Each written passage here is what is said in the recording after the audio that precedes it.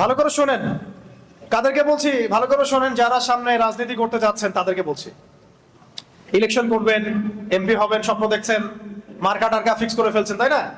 আর আমাদের সামনে তো প্রবলেম সলভ হওয়ার একটাই রাস্তা, গণতন্ত্র, তাই না? এছাড়া তো কোনো রাস্তা নাই, তাই না? আর এই যে একটা মেডিসিন আর একটা গিলাই দিচ্ছে আমাদেরকে, যত সমস্যা এর সলিউশন কি? বলেন নাউজুবিল্লাহি মিন যালিক। আর আমরা বলি যত প্রবলেম তার সলিউশন হচ্ছে সিরাত। সিরাত মানে কি? রাসূল সাল্লাল্লাহু আলাইহি ওয়াসাল্লামের জীবনী। যত প্রবলেম তার সলিউশন দাওয়াত এবং জিহাদ। ওয়ার্ল্ডের যত প্রবলেম তার সলিউশন কি? দাওয়াত এবং জিহাদ।